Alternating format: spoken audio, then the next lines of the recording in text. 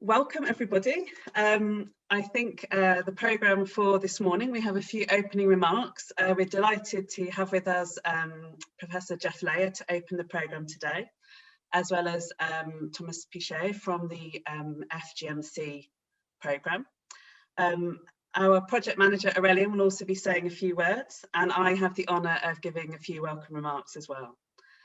As you know, every day we have a different theme to focus on experience sharing from the key players involved in this project. You know, coming from the 5 countries, we have 5 panels, one every day. Thank you to whoever's sharing the slides for me. You can see on your screen the 5 objectives of our programme. We are looking to share those project experiences, reflect on challenges, share key lessons, and also facilitate discussions. And we have really a set of technicians and implementers from within the project partners and also beyond. I'd also like to draw your attention to the themes of the panel. So today we have, following the opening remarks, we have a very interesting panel about the challenges of organisational development. Tomorrow, please do join us again looking at the sort of technical subject of independent forest monitoring. What have we learned, and bringing a panel of different perspectives on that. On Wednesday, we'll be looking at the national networks and coalitions of both civil society and wider interest and stakeholders. We have a further session on Thursday looking at the legal dimensions of the project, looking at how the judiciary, media and law enforcement were engaged. And then rounding up on Friday with a really interesting session looking at the synergies between 2 types of monitoring, forest and wildlife. We also have a really interesting series of stories, of impact stories that we will be releasing and sending those out to you every day to coincide with our programme. So as mentioned, we have a short overview of the project. I know we're welcoming both people, friends and partners who are very familiar with the project, but also perhaps some who are quite new. So I'll give a short overview of that. And then we'll have a sort of opening address from the Vice-Chancellor of our university, the University of Wolverhampton, Professor Jeff Layer. And as mentioned, Thomas Pichet of the Foreign, Commonwealth and Development Office will be giving a few keynote remarks. So I would like to then give the official welcome to colleagues from the Congo Basin region, to representatives from our funding and implementing partners. As mentioned, I'd like to welcome, and I can see we have on the webinar, both many who are familiar with the work of our project and those who will be meeting us for the first time. I'll be giving, as mentioned, a short overview of the project itself and some of the key results achieved. But first, the Vice-Chancellor will be saying a few words of welcome to sort of officially open the programme for us. So going back to 2016, Professor Layer hosted an alumni evening in Yaoundé to celebrate actually 30 years of university and CRDT engagement in the region. So I think this is just one step on a long partnership and journey, really. Really delighted to have you with us today, Professor Layer. So I'll hand you the floor, and if you could say a few words just to mark the closure of this project and start our programme this week of sharing and learning and celebrating actually the project. Thank you very much, Professor Jeff Layer. Thank you very much, Ella, for that introduction, and thank you very much for setting a scene. And to the rapidly growing number of participants, let's see, we're now at 88. Bonjour, buenos dias, namaste. I'm not sure from which parts of all the different parts of the world we might have. And welcome to this particular conference, and thank you for being with us. It's a really important few days about celebrating particular activities that have happened. And I was delighted in May 2016 to be part of the sort of initial start to this particular project at Yaoundé. And I remember it very, very well. And I was sort of reflecting that I would have normally, if it wasn't for the pandemic and the global pandemic we have, then I would have been out with you in Africa, looking at how the project had gone, how the project had developed. And I very much would have looked forward to that and would have enjoyed the experience. Because I remember when I was there 5 years ago, the commitment, the enthusiasm, and the wanting and the desire to work together on this project was phenomenal. And my colleagues in CIDT have been key to keeping me informed, keeping me involved, and making sure that things have come together, and thank them for organising not just today, but these 5 days. So 5 years later, from when I was there with you in 2016, we're now coming to the end of the Citizens Voice for Change programme, a programme very much about empowerment, very much about development, and very much about shaping the future. And that is so important, and it's very much about what the University of Wolverhampton stands for. One of the things, though, that we often don't do, not just as a university, but as a community and as a group of colleagues and partners, is we are so committed to making sure that we develop the projects, we develop the outcomes, that we secure the next phase of work that is really important to do, is we sometimes just forget to celebrate success and just take a few moments to say, you know, we have done this, we've achieved this, we've worked together as a group of partners to make a difference. And I do hope over the next few days you will be able to see that celebration of that success. Projects like this require immense, considerable, really developed people skills, collaborative skills, working together, recognizing differences, and looking to see how we move to another stage and have another stage of that development. So let's celebrate that. It is successful. It has been a major game changer, and that's what we need to focus on. But at the same time as celebrating success, we need to learn lessons, and we need to learn by reflecting on what's happened, what we've done, what we've achieved, how we might have done things differently, how we might have learned a particular lesson and thought, well, we could do that in a different way. And it might have been more impactful. It might not, but it might have been. And we need to learn those lessons. And those lessons are based on long-standing partnership.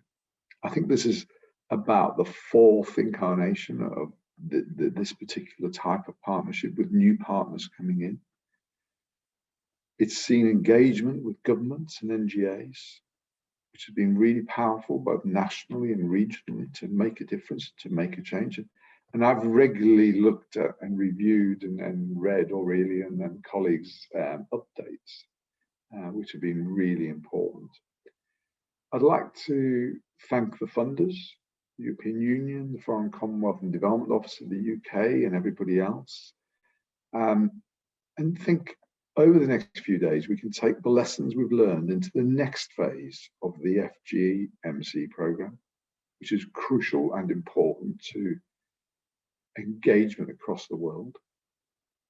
As a university, one of the key things that we do is to seek to influence and make an impact. And this particular programme has certainly seen significant influence across the partnership from all partners. And it's certainly made an impact, a real difference. Now, we're currently preparing for COP26 in Glasgow. And we'll do our bit around climate change and the work in climate programs and about the global goals. We'll do our bit. And we seek to work with you on achieving that as well. I'd like to leave you now and let you learn those lessons and celebrate that success, and don't forget the celebration. I'd like to thank you all for being part of something really, really special, because it is special. And I'd also like to thank my colleagues in the Centre for International Development and Training for yet again pulling something off, which is quite exceptional on behalf of the university. Thank you very much. You're now at 98 participants, and that's amazing. That's fantastic. So, welcome. Enjoy the next 5 days. Remember to celebrate that success, and remember there's still more to come, and we all need to carry on working together. Thank you very much. Have a good 5 days, and I'll hand you back, I think, to Ella. Thank you. Thank you. Thank you very much indeed, Jeff. I really appreciate that. Okay, so thank you to the Vice-Chancellor for taking the time to join us and give the official welcome. I'd like to say a few words about the scope of the project and highlight some of the results and early impact. But before I do that, let me just check that everybody is comfortable with the language that they're hearing us in. As you would know from the programme, we'll be working in both French and English according to your preference, and the panellists will be working in both of those languages. So if you look to the bottom menu towards the right, you should be able to select your language preference of French or English only, I'm afraid, no other languages available. And if you click on either French or English, you should then receive the speaker through interpretation into the language of your preference. So let me say a few words, because I know we're all eager to move on and hear from the first panellists. So the Citizen Voices for Change project was officially launched in Kinshasa in April 2016. In 2015, when the project was conceptualised, there was a significant lack of appreciation and acceptance of independent forest monitoring amongst decision makers in the region. Monitoring findings were rarely acted on by forest authorities, and the very role of civil society in monitoring was contested. The monitoring work done by civil society, by Indigenous peoples and communities wasn't really readily taken into account by the private sector, by lawmakers, by anti-corruption committees, importers, competent authorities in Europe. And so our project, the Citizen Voices for Change Congo Basin Forest Monitoring Project, to give it its full name, we were working really to establish a strong, sustainable partnership of forest monitoring non-state actors. And this was in 5 countries, as many of you will know, in Cameroon, in the Central African Republic, in the Democratic Republic of Congo, in Gabon, and in the Republic of Congo. And so the overall aim of the project really was to strengthen the capacity and influence and long-term viability of those partners to perform essential watchdog functions effectively across the region. The project also contributed, and I know Thomas will perhaps want to say more about this, but to EU and FGMC, was DFID, where we started the project, Forest Governance and Markets and Climate Programme, outcomes through securing a clear role for civil society-led independent monitoring of FLECT, of REDD+, and broader land use changes in the Congo Basin. And it also served to strengthen participation by under-engaged stakeholders such as police, judiciary, customs and parliamentarians. And as mentioned, we've got a session focused on that on Thursday. And by looking at these 2 aspects, these 2 dimensions, our assumption really was that strengthened civil society would contribute to transparency and accountability and rule of law and inclusive policy making. So the aim of the project was to work in partnership with local organisations and communities. And this partnership was really intended to ensure that private sector companies worked within their contracts and operated within national timber regulations. The project intended to empower communities to monitor agreements on the ground and activities on the ground, and ensure that social agreements were met. So successful independent forest monitoring, it requires a continuous focus on the quality, availability and reliability of information being generated. And so the project took really a three-pronged approach to this. Firstly, we focus on promotion and strengthening of quality management systems and the certification of IFM processes. Secondly, we built in peer review and quality assurance mechanisms for IFM outputs. And thirdly, we focused on tools, skills and methodologies for generating reliable quality data. So this CIDT-led partnership comprised FODA and CED in Cameroon, CIEDD in the Central African Republic, OGF in the Democratic Republic of Congo, Brainforest in Gabon, CIGTF in the Republic of Congo, and the Field Legality Advisory Group, or FLAG, based in Cameroon, but with regional presence, and the World Resources Institute, WRI, based in the USA. So this consortium included national organisations involved in external independent monitoring in the region, working alongside two international organisations, and also those involved in mandated monitoring as well. So I think perhaps some people thought the project was too large, but in 2016, as we looked at the road ahead, we were thinking of, I think, of that famous proverb, if you want to go quickly, go alone. If you want to go far, go together. So the question for this week, have we gone far enough and have we gone quickly enough? I think we'd like to think so, but I'll allow you participants to make your own judgment on that as we hear more from our partners.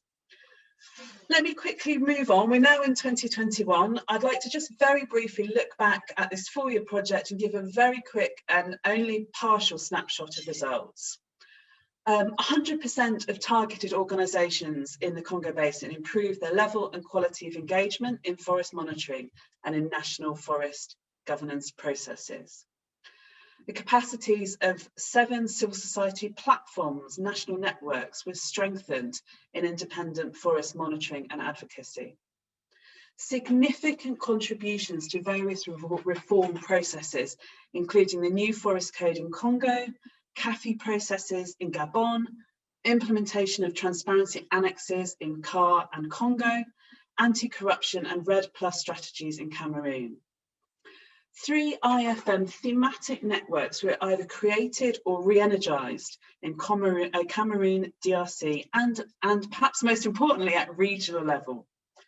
There was strong civil society engagement in Congo through regular contributions during joint implementation committees of VPAs, securing donor and government commitments to improve transparency in the forest sector through both mandated and non-mandated IFM.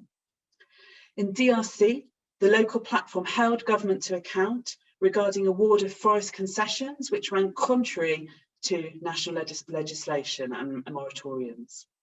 In Central African Republic, strong engagement of non-state actors contributed to the development of forest control guides and the Sommier des Infractions for implementing VPA annexes, which was the first in 15 years. The project enabled government to strengthen its presence on the ground in the Central African Republic by kickstarting joint control missions and putting in place a national multi-stakeholder forest and environmental crime working group. In all 5 countries, these actions and contributions led to 404 sanctions and corrective responses to cases of forest and wildlife illegality by forest administrations. For the first time in Gabon, for instance, communities brought cases to court and won, and by doing so strengthened their voice, participation and access to benefit from forests. Development of gender strategies for 4 organisations and platforms and their implementation, led by focal points identified and trained by the project, and we'll be hearing much more about that from one of our panellists this morning. And above all, the subject of IFM and illegal wildlife trade monitoring remains on the national and international agenda through research, production of thought pieces and engagement with national and international agencies. So I could go on, but I know you'd much rather hear from those who are much closer to the action than myself, the implementers and the practitioners who'll be speaking on our daily panels. And please do have a look at those impact stories as well. We'll be circulating links to those for you. Today, we're releasing a piece on peer-to-peer learning facilitated by FLAG and on gender responsiveness efforts of all 5 partners. So like most of my colleagues at CIDT, I'm a strong believer in bottom-up approaches to strengthen capacity. And this project was always intended to go further than funding ad hoc missions and to invest in organisational capacity, national capacity, platform capacity in a more holistic way. So capacity development is often understood as training. However, CV4C followed a much more expansive or inclusive pathway, looking at capacity, as I mentioned, at organisational, network, national levels, looking at different dimensions of capacity, financial, gender, technical IFM, strategic, equipment, legitimacy. A peer learning framework was a really interesting feature of the project, and it's reinforced those complementarities among partners whilst drawing on the individual strengths of each partner. And that has meant that experts within the partner organisations have provided technical support, training, mentoring to other partners in other countries. So the first panel today will unpick these strands of capacity and organisational development, sharing experience both from this project and beyond. And like you, I'm really eager to hear from them. So thank you for your attention, ladies and gentlemen, and welcome again to the programme for this week. We hope you'll join as many of the sessions as you're able to, but also feel free to sort of pick and choose the ones that you're most interested in. Thank you very much. And I'd like to hand now to Dr. Aurélien Mitsabane, who was the project manager of this programme, and he would like to say a few words. Thank you very much.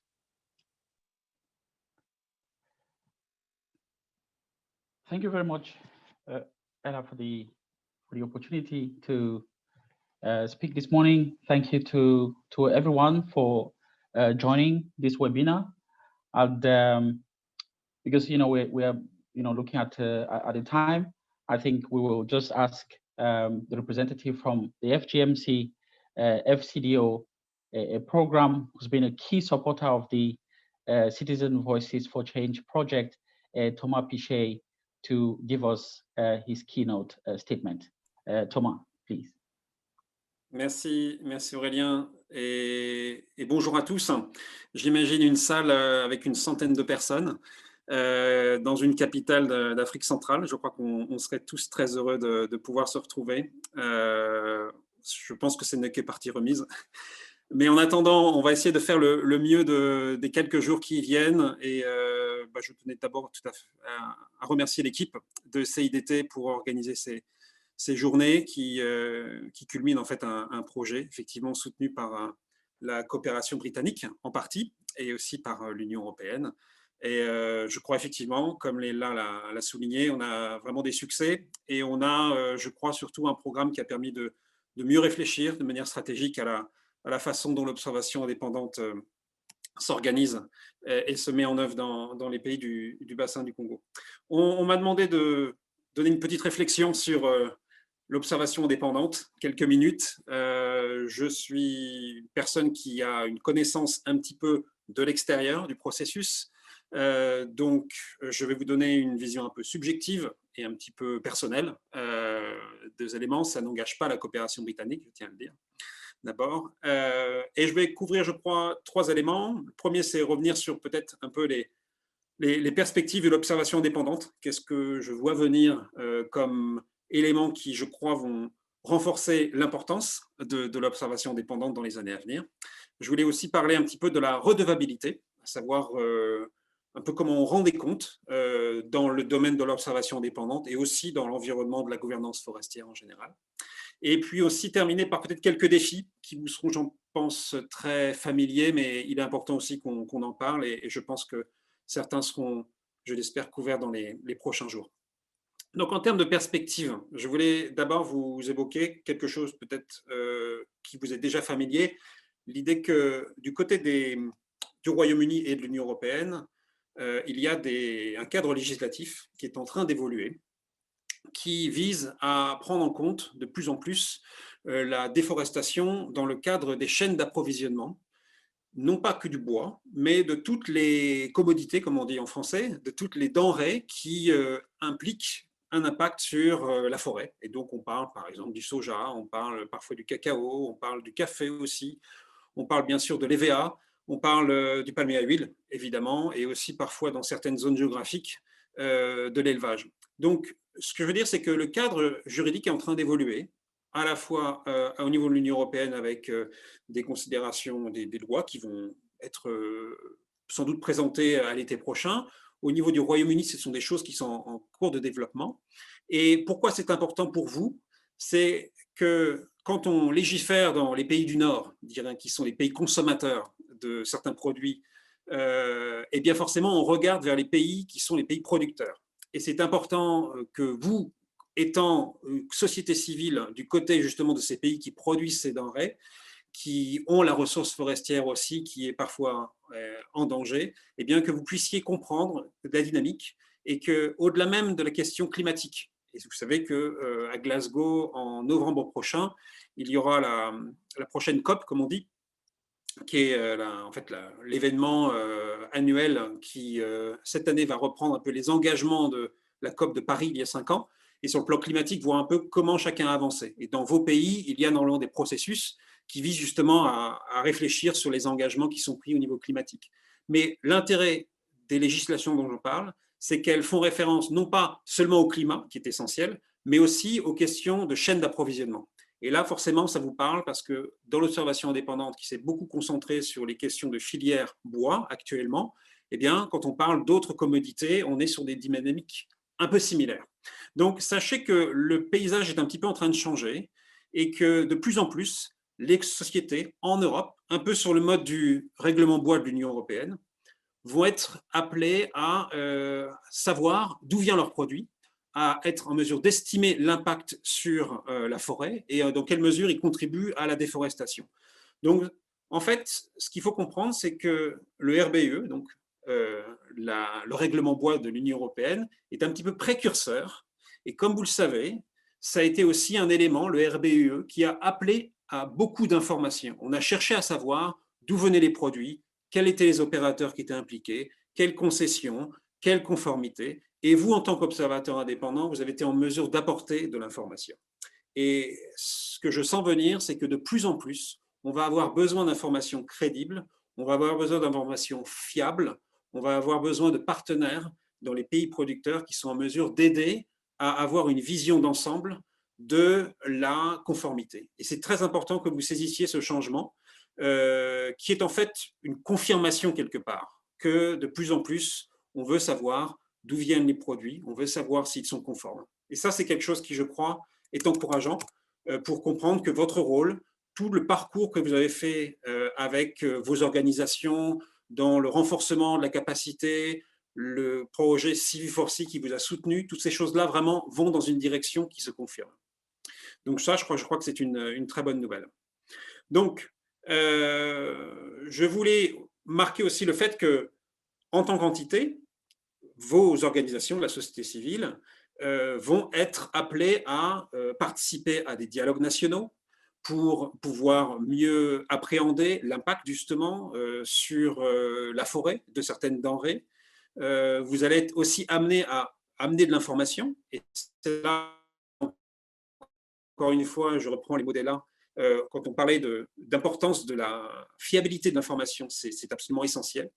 La qualité de cette information, parce qu'aujourd'hui, on sait que l'information est disponible partout. On sait qu'une information qui mettait plusieurs semaines à arriver de sa source à son audience, aujourd'hui, met quelques secondes. Donc, c'est un vrai progrès, mais on sait aussi que beaucoup d'informations, c'est aussi parfois beaucoup de tumulte et parfois de l'information qui n'est pas vérifiée, parfois de la fausse information qui vise simplement à créer de la confusion. Et donc, on a beaucoup plus de concurrence. Ça, vous le savez déjà, vous connaissez les réseaux sociaux. Et le message que je voulais passer, c'est que on est dans un mode où de plus en plus, l'information doit se distinguer. Elle doit démontrer qu'elle est justement fiable et qu'elle est crédible. Et je crois que vous avez fait beaucoup de progrès dans ce domaine-là et qu'il y a encore des éléments qui sont importants à prendre en compte pour aller encore plus vers une forme de professionnalisation de l'information pour que justement les audiences qui sont de plus en plus en demande soient en mesure d'identifier quelles sont les bonnes sources d'information, quelles sont les informations crédibles, quelles sont celles qui vont leur donner informer leurs décisions. Donc j'ai beaucoup parlé des chaînes d'approvisionnement, j'ai beaucoup parlé de l'Union européenne, du Royaume-Uni qui ont des agendas parallèles et alignés, même si aujourd'hui les destins sont séparés. Je pense que tout le monde forcément a en tête la Chine avec ses investissements, bien sûr, et je crois qu'il sera important à l'avenir en termes de redevabilité, en termes d'impact sur la forêt, de peut-être mieux voir aussi quels sont les engagements de la Chine et comment un dialogue peut être engagé avec les sociétés à financement chinois, avec peut-être les représentants des gouvernements chinois, comment vous, dans vos pays, vous pouvez soutenir ce dialogue et avec l'information que vous récoltez, peut-être alimenter et informer ces discussions. Donc, je crois que c'est un élément essentiel. Et je voulais également parler de la contribution de votre travail au cadre de gouvernance nationale dans lequel vous travaillez, qui est quelque chose qui tient beaucoup à cœur à la coopération britannique, beaucoup à cœur du programme FGMC qui vous a soutenu à travers CV4C, et d'autres projets aussi, d'autres partenaires, c'est le renforcement de ces cadres de gouvernance nationaux, c'est comment vous participez justement à l'agenda de réforme parce que vous êtes en mesure d'apporter des informations qui vont démontrer qu'il y a des manquements, démontrer qu'il y a encore des efforts à faire, démontrer que certains opérateurs ne sont pas peut-être au niveau qu'ils devaient être, démontrer que l'administration n'est pas toujours peut-être en mesure de faire ce qu'il faut. Parfois, vous apportez les mauvaises nouvelles, mais vous êtes là un peu pour montrer la réalité du terrain. Et je crois que c'est essentiel aujourd'hui pour parler de gouvernance et faire évoluer les réformes qui parfois vont lentement, parfois peut-être à un rythme trop lent pour notamment les bailleurs, pour les projets, et on sait qu'on est sur un temps parfois géologique, hein, on est sur vraiment des progrès qui doivent se faire sur le long terme, mais l'observation indépendante est absolument essentielle à ce niveau-là. Je voulais terminer avec quelques défis qui, je crois, vous seront familiers, mais qui me tiennent à cœur, et je crois que c'est important de les partager ensemble, de dire où est-ce qu'on peut aujourd'hui faire des progrès. Très clairement, je crois que d'abord, on peut parler de financement. La question du financement et de la vision à long terme est problématique pour les organisations, la société civile qui travaillent sur l'observation indépendante. Je travaille avec un bailleur, c'est un vrai souci, et peut-être avez-vous l'impression que les bailleurs n'en font pas assez. Ce que je peux vous dire, c'est que la coordination entre les bailleurs s'organise, on essaye d'avoir un peu plus de visibilité, de trouver des ressources. On essaye de faire notre part de travail, mais il y a effectivement du travail à faire du côté des bailleurs.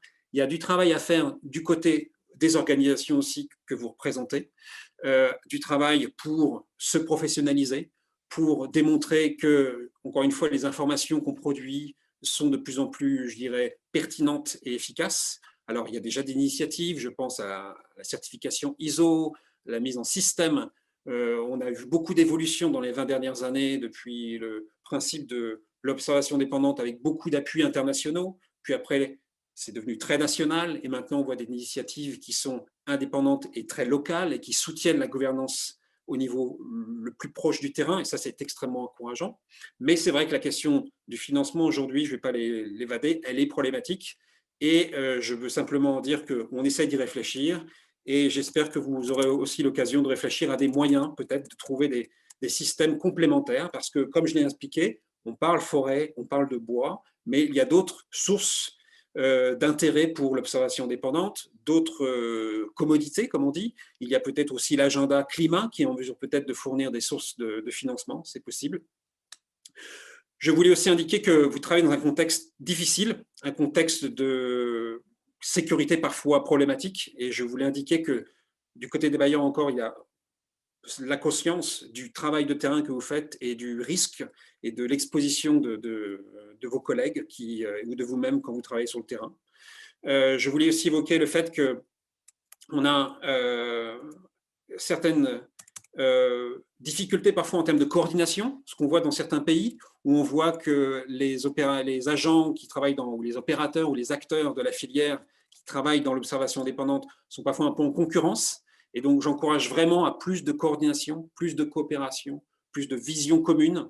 Je pense notamment, par exemple, à la République du Congo qui est en train de développer une stratégie nationale et j'encourage les autres pays de la sous-région à avoir cette même dynamique, à savoir que les différents acteurs se mettent ensemble, voient leurs différences, leurs complémentarités et ils voient un peu comment ensemble ils peuvent contribuer à résoudre les défis de gouvernance forestière qui existent dans leur pays.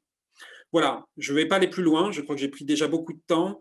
Je voulais indiquer qu'on est tout à fait redevable et, comment dire, en vous remerciant de l'engagement que vous avez sur le terrain. Votre travail est une pierre angulaire, une pierre essentielle de la gouvernance. C'est un travail à long terme. Et je voulais simplement terminer en vous encourageant à continuer ce chemin au long terme en partenariat. Et j'espère que les jours prochains vous aideront à prendre les leçons apprises du projet et à vous projeter un peu plus dans l'avenir avec cet échange qui aura lieu. Je tiens à vous remercier et à vous souhaiter le meilleur pour les travaux des prochains jours. Merci. Thank you very much, Thomas, for that statement, which really provides the background, to what we'll be discussing this week. So, without wasting any time, I have the pleasure now to introduce Théodile Quinchua, who will be moderating the first session. Théodile was very much involved in the delivery of this project, and now as country manager with the World Resources Institute in the Republic of Congo. And I must say that we are also pleased he's also a PhD researcher here with the University of Wolverhampton. So Théodile, I offer you the floor now. Merci beaucoup Aurélien, bonjour à tous et ravi d'être ici avec vous pour modérer cette première session qui durera, comme on peut le voir, environ 15 minutes. Donc nous nous battrons pour rester dans cette période de temps-là. Tout à l'heure, quand j'écoutais les propos introductifs, j'ai entendu des termes tels que crédibilité, professionnalisation, influence, redevabilité. Et ces termes étaient utilisés pour indiquer que la société civile va être amenée à jouer un rôle plus important, notamment en termes de suivi des cycles d'approvisionnement. Et il m'a semblé que tous ces termes renvoient au fait qu'on veut que la société civile soit plus forte. Je pense que c'est donc la raison pour laquelle, dans cette série de webinaires, il a été suggéré de commencer par des thèmes parfois difficiles pour les uns et les autres, développement organisationnel. Et le thème, comme vous l'avez vu, c'est développement organisationnel, une fin en soi ou bien un moyen pour une fin. Je voudrais, avant d'aller plus loin, évoquer trois hypothèses qui sous-tendent le développement organisationnel de mon point de vue. Et le premier, c'est que toutes les organisations sont des créations humaines et donc l'humain est au centre des organisations. C'est l'humain qui détermine la direction d'une organisation. La deuxième hypothèse, c'est que les organisations sont donc comme des humains. Ils ont des cycles d'évolution, de développement. Ils peuvent avoir une enfance, une adolescence, etc. Et donc, il faut être vigilant à ces cycles de développement-là. La troisième hypothèse, et c'est celle qui, il me semble, a sous-tendu véritablement l'approche de CIDT dans ce projet, c'est de dire que tous les initiateurs, tous les porteurs et tous ceux qui travaillent dans des projets d'organisation doivent s'assurer qu'une organisation ait la vie la plus équilibrée possible, qu'elle travaille sur sa durabilité en même temps que sur ses objectifs. Et donc, je pense que le travail, l'idée de CV4C, c'était de s'assurer donc que les organisations qui ont la charge de jouer ce rôle que Thomas évoquait à l'instant soient plus durables dans le même temps, qu'elles aient une vie équilibrée et qu'elles puissent fonctionner, travailler sur le long terme. Dans le cadre de ce webinaire, nous avons pensé qu'il fallait donc réfléchir à ce que ça veut dire concrètement, avoir une vie équilibrée, avoir une vie durable pour une organisation de la société civile environnementale. Et nous avons sélectionné, nous avons 3 panélistes qui vont utiliser les expériences du projet autour de 3 sujets qui concernent le développement organisationnel, en sachant que le développement organisationnel est beaucoup plus vaste puisqu'il s'agit bien de la vie d'une organisation. Nous aurons une première panéliste, autant pour moi, qui s'appelle Madame Amélie Conchou et qui va nous parler des expériences de développement, qui va nous parler des expériences de FODER en tant qu'organisation, mais aussi en tant que soutien à d'autres organisations en matière de durabilité financière. J'ai bien vu que le premier défi, l'un des défis des organisations, c'est la sécurité financière. Nous aurons ensuite Mesdames Higuera Bampa et Madame Laurence Ouété, qui nous parlera du travail qui a été fait dans CV4C pour promouvoir le genre. Ensuite, nous aurons M. Meillet qui partagera l'expérience de Brain Forest, une organisation gabonaise en termes de planification stratégique. Mais ça, ce sont les expériences du projet. Et comprenons-nous bien, l'idée de ce premier webinaire n'est pas simplement de partager l'expérience du projet, mais c'est d'utiliser ce projet comme un prétexte pour réfléchir au développement organisationnel de manière plus large.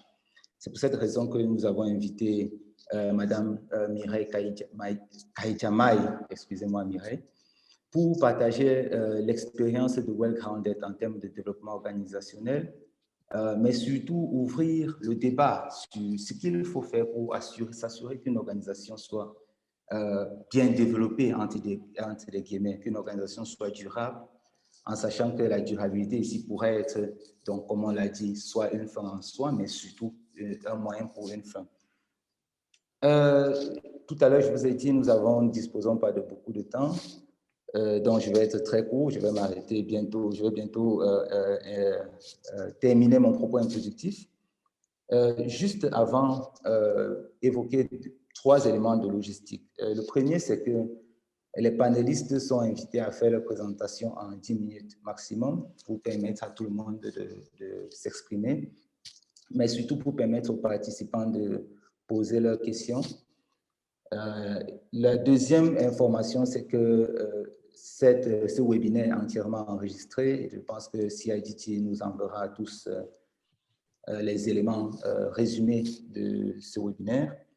Et la troisième information de logistique concerne la manière dont nous allons interagir, dont nous invitons les participants à noter leurs questions dans la rubrique Q&A. Vous pouvez, pendant que les intervenants font leur présentation.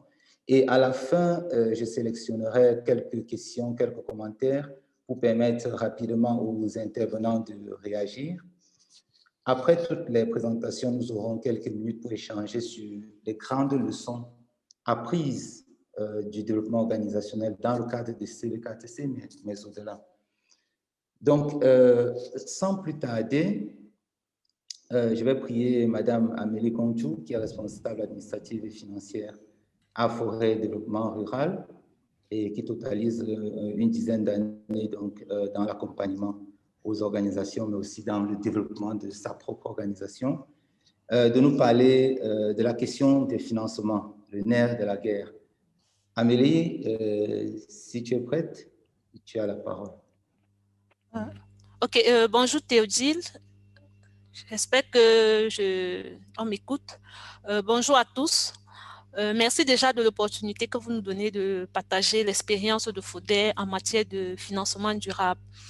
La présentation portera sur le financement durable des OSC d'OI du bassin du Congo. Que faire pour que ça marche? Next. La présentation s'articulera autour de 5 points, à savoir, déjà, on va rappeler le contexte. On va parler des réalisations de FODER avec l'appui du projet CV4C, les leçons apprises ou facteurs de succès, les contraintes et enfin la conclusion. Next.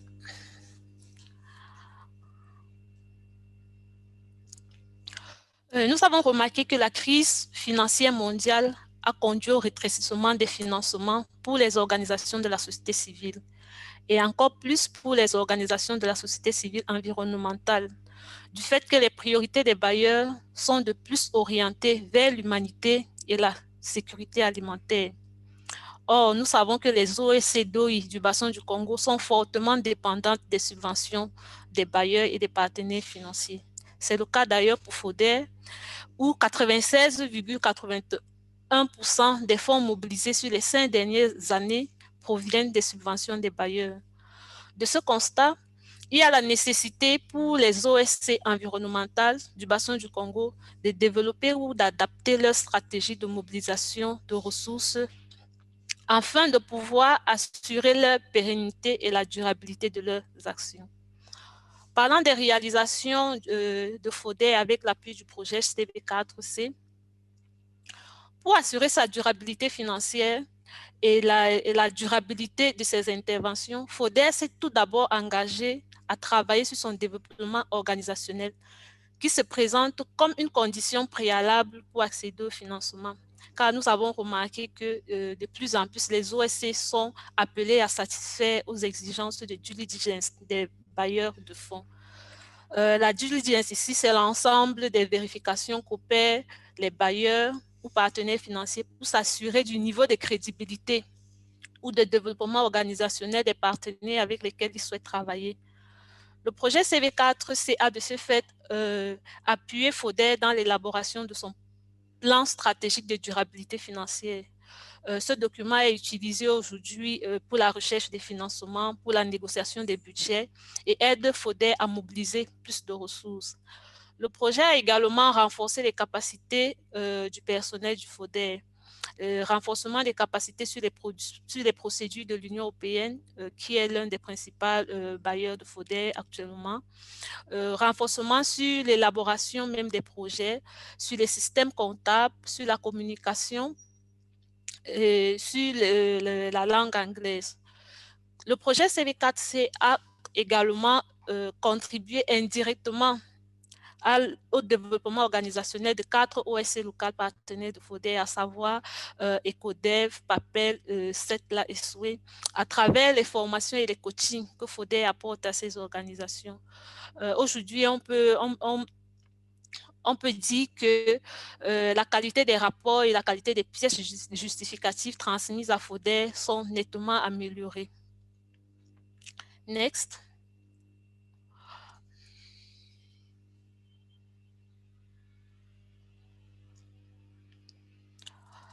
De manière chiffrée, nous pouvons dire que toutes ces actions ont conduit à des résultats, à certains résultats, notamment l'augmentation de 38,78% des ressources financières mobilisées par FODER entre 2018 et 2019, l'augmentation de 3,19% des fonds non dédiés, 3 nouveaux contrats avec 3 nouveaux partenaires financiers.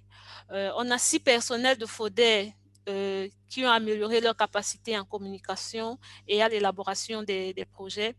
On a 3 personnels de FODER actuels qui maîtrisent mieux les procédures de l'Union européenne. On a 4 OSC locales partenaires de FODER qui ont amélioré leur système de gestion financière et ont accru leur accès au financement.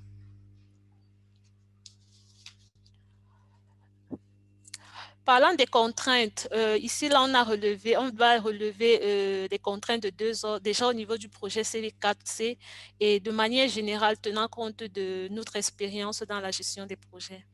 Au niveau de CV4C, l'une des principales difficultés, l'une des principales contraintes était la difficulté pour l'organisation de mobiliser des ressources financières dédiées à la recherche des financements. On a le processus d'élaboration de la stratégie de durabilité financière de FODER qui était relativement long. De manière générale, comme contrainte, on peut noter le fait que les budgets alloués au développement organisationnel sont parfois faibles ou inexistants même dans les propositions des projets. On a la faible prise en compte des contraintes pays dans les procédures et exigences des bailleurs de fonds, lesquels peuvent entacher la crédibilité de l'organisation. Donc, parfois, les procédures sont assez rigides, tenant compte du contexte dans lequel certains pays évoluent. La nécessité de transparence dans la répartition des budgets entre les partenaires des projets. Ça, c'est comme dernière contrainte. Next.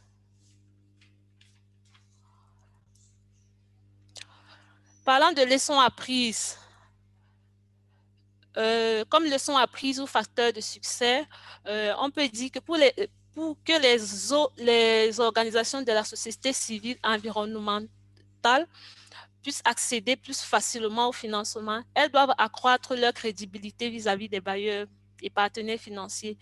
Ceci passe par une gestion efficiente des ressources mises à leur disposition, la qualité des résultats qu'elles obtiennent sur le terrain, la bonne communication avec les partenaires et les bailleurs.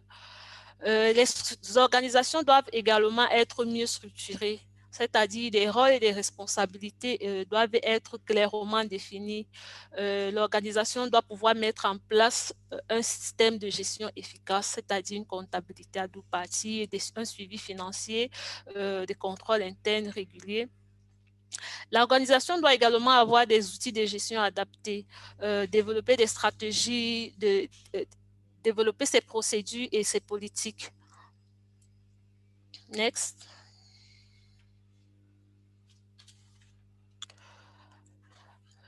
L'organisation doit également placer le capital humain au cœur de son développement, car nous savons que le capital humain reste le meilleur investissement pour une organisation qui veut grandir. Et ceci permettra de résoudre les problèmes d'instabilité du personnel qu'on rencontre généralement au sein des organisations de la société civile. Placer le capital humain au cœur de son développement. Pour ce faire, l'organisation doit accroître la confiance et les compétences de son personnel, doit développer au sein de l'organisation le travail en équipe, doit assurer la sécurité de son personnel, donc prévoir des assurances, mettre des moyens appropriés pour les déplacements lors des missions. L'organisation doit aider son personnel à trouver un bon équilibre entre leur travail et leur vie privée. Doit développer au sein de l'organisation une communication efficace et doit surtout mettre en place une politique de rémunération attrayante afin de fidéliser son personnel. En guise de conclusion, nous dirons que le développement organisationnel des organisations de la société civile environnementale est un facteur déterminant de leur crédibilité et partant de là, leur accès au financement disponible. La pérennité des organisations d'OI du bassin du Congo et la durabilité de leur intervention sont fortement dépendantes des financements durables dans le secteur de l'environnement. Les évolutions régulières des priorités des bailleurs exigent des OSC d'OI, des adaptations et une actualisation constante de leur expertise. Donc, il faut des formations régulières, la construction des partenariats ainsi que le réseau d'actions intersectorielles, régionaux et internationaux, c'est-à-dire la mutualisation des expertises, la capitalisation des opportunités et l'enrichissement réciproque. Voilà, comme ça, présenté de manière brève. OK, je vous remercie pour votre attention.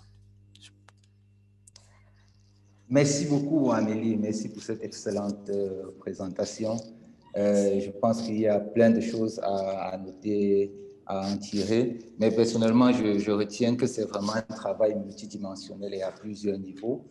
Rechercher le financement, ce n'est pas juste rédiger des propositions. Ça, c'est ce que j'ai retenu. C'est l'une des grandes leçons que j'ai tirées de cette belle présentation. Alors, nous avons 3 questions très intéressantes. La première de M. Ateba Logodé-Clément, qui est de savoir, okay, là, les expériences que vous avez partagées concernaient une organisation qui est sans doute déjà bien établie. Que dire d'une organisation qui cherche pour la première fois un financement? Je pense qu'il y a une deuxième question qui n'est pas tout à fait liée, mais je vais les évoquer et puis tu pourras y répondre. Donc, la deuxième, c'est comment avez-vous convaincu, vous, en tant que FODER, le bailleur à financer des activités de développement organisationnel, sachant que la plupart des bailleurs sont souvent intéressés à financer leurs activités. Je ne sais pas si tu veux commencer rapidement par ces deux questions. Après, on prendra deux autres questions avant de passer la parole au prochain intervenant. Ok, et déjà pour la première question qui concerne une organisation qui cherche pour la première fois un financement, de l'expérience que FODER a avec les organisations locales que j'ai citées dans ma présentation, ce que je peux dire déjà pour ces organisations, elles doivent premièrement travailler sur des outils internes et essayer de se mettre en partenariat avec d'autres organisations un peu plus fortes. Question d'acquérir plus d'expérience et de se faire connaître des différents bailleurs.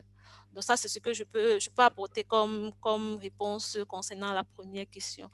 La deuxième question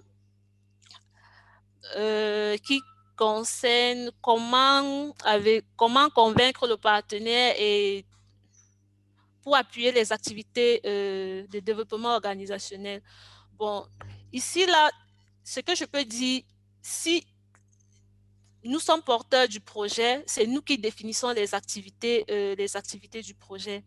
Dans ce cas, il est encore plus facile de négocier avec le partenaire des activités qui entrent dans le développement organisationnel tout en présentant la plus-value de ces activités pour le projet. Est-ce que ces activités vont contribuer à atteindre les résultats du projet? Je pense que généralement, oui, parce que plus le personnel est formé, plus le personnel est outillé, mieux il gère le projet. Ça, c'est d'un. Mais maintenant, si nous sommes partenaires dans le projet et que les lignes sont déjà arrêtées, il revient pour l'organisation de négocier ce qu'on appelle généralement les coûts indirects, donc les coûts administratifs. Et c'est dans ces coûts administratifs qu'elle peut justifier le fait que ces coûts seront utilisés pour la formation du personnel ou alors pour développer les outils qui pourront aider plus tard à renforcer la crédibilité de l'organisation. Et de notre expérience, lorsque les documents sont disponibles, vraiment, c'est plus facile de négocier avec le bailleur. Et quand il est présenté ce à quoi les coûts administratifs vont servir, c'est plus facile pour le bailleur de les accepter. Donc ça, c'est ce que je peux apporter comme réponse. Merci Amélie. Peut-être 2 minutes encore pour tenter de répondre à la question de M. Walembo Ano-Régis. Oui. Tu as parlé d'assurer la sécurité du personnel, dont il voudrait comprendre de quoi il s'agit, et je pense que c'est aussi le lien avec la durabilité financière. Oui. Et une dernière question, c'est juste de savoir s'il y a s'il faut avoir une stratégie pour chaque bailleur. Est-ce qu'il faut avoir une stratégie d'intervention pour chaque bailleur ou alors c'est une stratégie propre à l'organisation? Oui, pour répondre à la question de savoir qu'entendez-vous par assurer la sécurité du personnel, ce volet est présenté dans la partie où nous disons que l'organisation doit davantage s'appuyer sur son personnel pour se développer. Et pour s'appuyer sur son personnel, elle doit pouvoir fidéliser le personnel au sein de l'organisation. Et un personnel qui se sent en sécurité dans une organisation cherche difficilement à partir. La sécurité ici, là, ça renvoie à l'affiliation CNPS, savoir que l'organisation va verser ses cotisations NPS de manière à ce que si demain il a la retraite, il puisse bénéficier de la pension relative. L'organisation doit mettre en place un système d'assurance maladie. OK, savoir si je suis malade, comment est-ce que je vais utiliser toutes mes économies pour me prendre en charge. Or, quand il est mis en place une assurance maladie, une assurance individuelle accident, ça renforce encore l'idée du personnel de rester dans l'organisation. La sécurité aussi, ici, là, fait mention aussi du fait qu'il faut mettre à la disposition du personnel meilleurs moyens de transport lors des et mettre à la disposition du personnel les meilleurs moyens pour se prendre en charge pendant les déplacements, pendant les missions. Ceci vient de l'expérience que nous, on a eu avec certaines organisations où on recevait des plaintes du personnel dans ce sens. Et parfois, ça amenait le personnel à quitter l'organisation. Donc, c'est un peu de ça qu'il s'agit. Pour la dernière question, savoir s'il existe des exigences spécifiques de chaque bailleur. Oui, chaque bailleur a ses exigences. Chaque bailleur a ses exigences. Ce que FODER a fait, FODER a consolidé toutes les exigences des différents bailleurs avec lesquels il travaille et a développé sa stratégie de manière à ce que ces exigences à elles puissent être au-dessus des exigences du bailleur. Et ainsi, ça fait, en mettant en place les exigences de FODER, on est sûr de pouvoir couvrir les exigences de tous les bailleurs avec lesquels nous travaillons. Merci beaucoup, Amélie. Je ne sais pas si c'était le sens de la question. Je vous en prie. Merci infiniment. Je pense qu'on a bien compris l'intérêt de mettre l'humain au centre de notre intervention. Et justement, nos prochains intervenants, Madame Higuera Bampa et Madame Laurence Ouetté, vont parler de l'humain, mais l'humain en termes d'inclusion de toutes les catégories sociales. Et donc, elles vont parler des expériences de prise en compte du genre dans le cadre du projet CV4C. Je crois que c'est Higuera qui fait la présentation. Higuera. Ok, merci beaucoup Théodile pour la parole. Je salue tout le monde. Donc, je vais vous parler un peu de l'expérience des différentes organisations partenaires du projet sur la prise en compte du genre dans leurs activités d'observation indépendante. Next.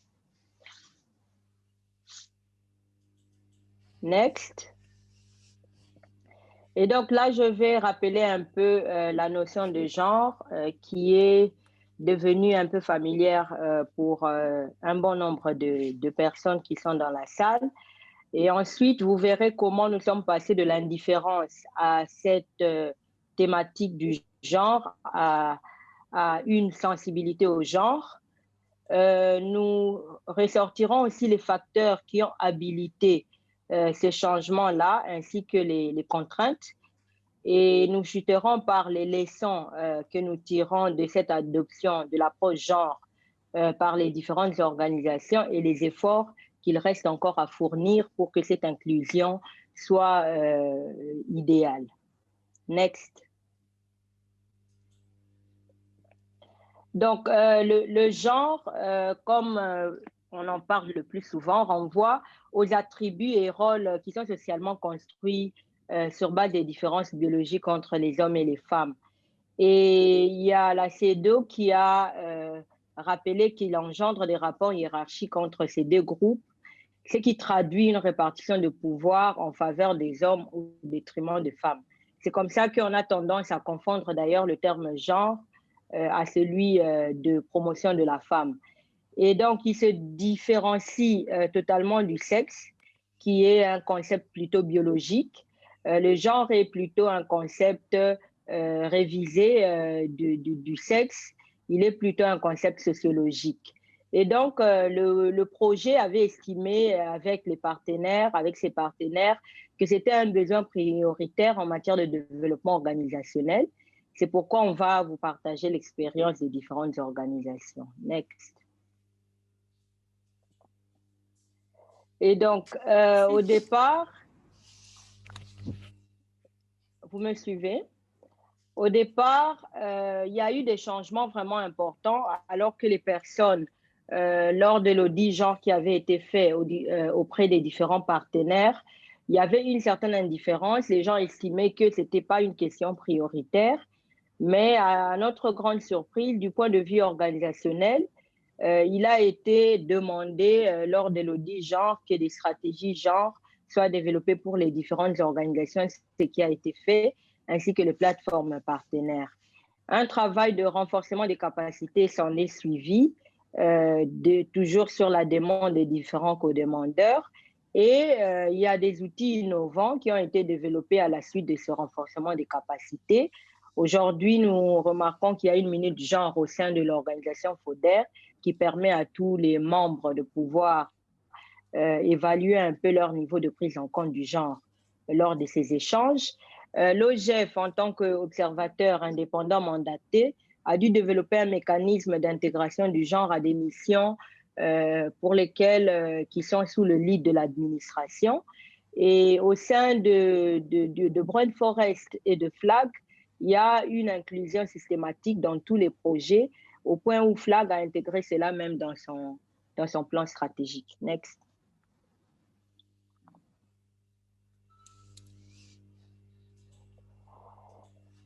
Au niveau des plateformes partenaires, il y a, au niveau des autres partenaires, des autres pays, nous avons remarqué quand même des améliorations significatives à l'égard des différents bénéficiaires qui sont impliqués dans la gouvernance forestière. Au niveau de la République centrafricaine, par exemple, il y a eu un renforcement des capacités de parlementaires. Au niveau du Gabon, toutes les interventions des Brown Forest ainsi que des plateformes avec lesquelles Brown Forest travaille, il y a une systématisation de cette prise en compte. Et le concept qui était un peu flou au niveau des différentes organisations partenaires à OGEF a été clarifié grâce aux différentes séances de renforcement des capacités. Au Cameroun, on remarque que l'observation indépendante est vraiment de plus en plus implique les femmes de plus en plus à travers les suivis communautaires ou les missions d'observation externes qui sont réalisées. Il y a même FLAG, par exemple, qui tient systématiquement à célébrer de manière thématique la Journée internationale de la femme. Next.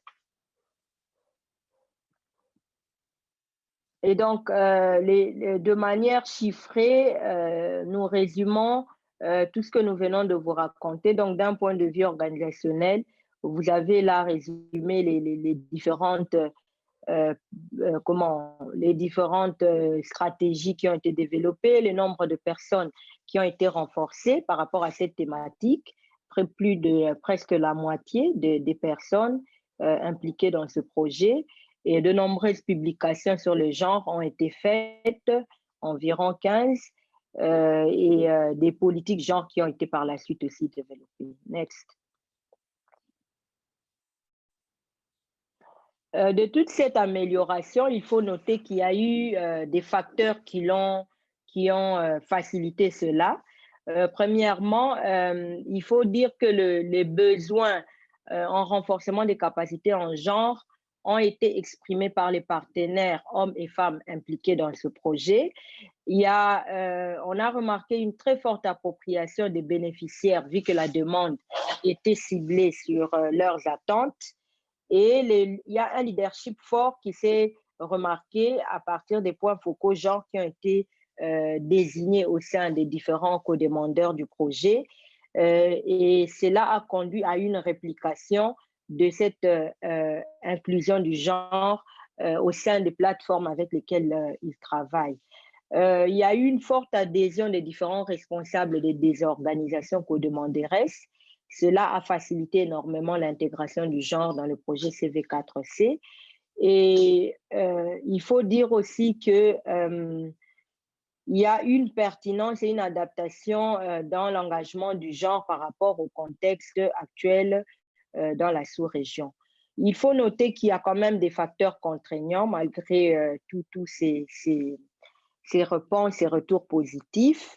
Il reste quand même des difficultés, une certaine cécité au sein des organisations qui travaillent avec les partenaires du projet qui sont impliqués dans l'observation indépendante, entre autres pour les organisations qui font de l'OI mandaté.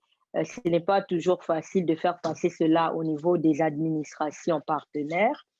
Il y a en même temps aussi des responsables de certaines organisations partenaires qui restent encore un peu lourdes. Et enfin, il y a quand même quelques membres qui restent réticents, qui estiment que la question du genre reste une question de femmes. Next. Pour ce qui est des leçons apprises, il y a 3 grandes leçons que nous avons tirées de cette activité d'intégration du genre dans la surveillance des forêts. Premièrement, nous avons remarqué que le renforcement des capacités en matière de genre et en matière organisationnelle permet de renforcer l'égalité des sexes au niveau des différentes interventions dans l'observation indépendante, et ça accroît de ce fait l'efficacité et la durabilité de nos différentes interventions. Nous avons remarqué aussi que les projets de développement sur lesquels nous sommes offrent aux organisations de la sous-région plusieurs opportunités lorsqu'ils décident d'intégrer la question du genre. En fait, cette intégration du genre va renforcer la participation des femmes et des autres groupes vulnérables tels que les populations autochtones au processus de gouvernance environnementale et des ressources naturelles. Cette implication promeut le leadership ainsi que leur autonomie de ces groupes vulnérables. Ça améliore l'égalité des sexes dans le domaine de la gestion durable des forêts. Et enfin, la prise en compte du genre à toutes les étapes du cycle de projet a un effet multiplicateur qui permet de garantir l'impact même du genre dans les changements que nous recherchons. Next. Donc, je finis par les perspectives. Nous avons pensé qu'il était nécessaire qu'effectivement, qu'on garantisse aux hommes et aux femmes qui travaillent dans la surveillance des forêts les mêmes opportunités de participer à l'amélioration de la gouvernance des ressources naturelles.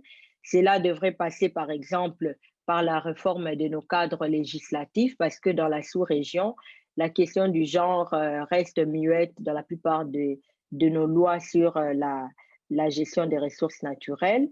En second lieu, qu'il faille renforcer l'importance du rôle des groupes de travail genre au sein de nos réseaux, parce que ça reste toujours une question qui est placée en second plan, et cela permettrait d'autonomiser davantage les femmes ou d'autres groupes vulnérables dans la gouvernance des dites ressources naturelles qui nous tiennent à cœur.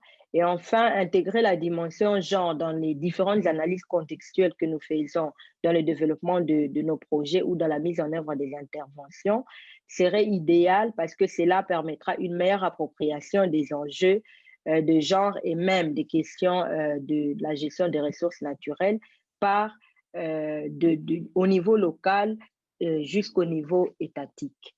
Voilà un peu en résumé ce que nous avons pensé préparer pour vous sur l'implication du genre dans la surveillance des forêts. Nous restons disponibles pour les différentes questions. Merci.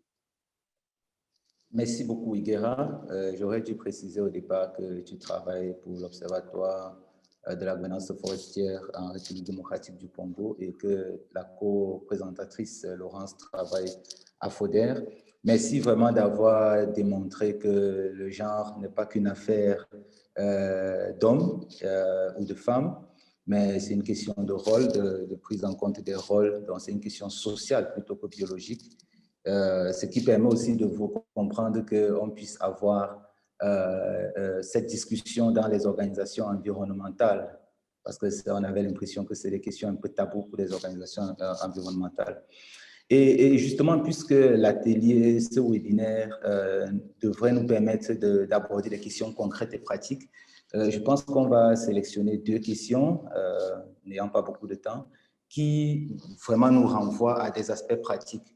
Il y a une question de Christiane qui veut savoir comment, de manière concrète, si tu peux nous le dire en quelques mots, comment vous avez fait à OGF pour déployer le genre dans votre travail d'OI.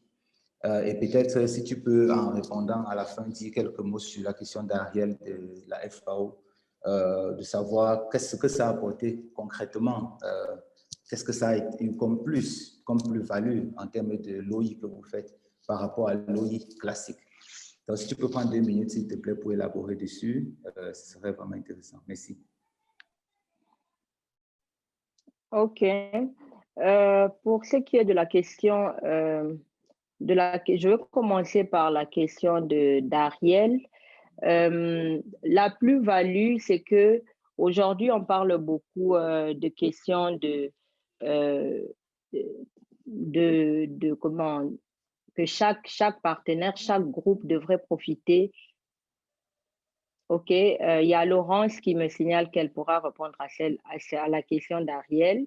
Et donc, je reviens à la question de Christiane, qui voulait savoir quelle était la question de Christiane parce que je ne la vois pas à l'écran, s'il vous plaît.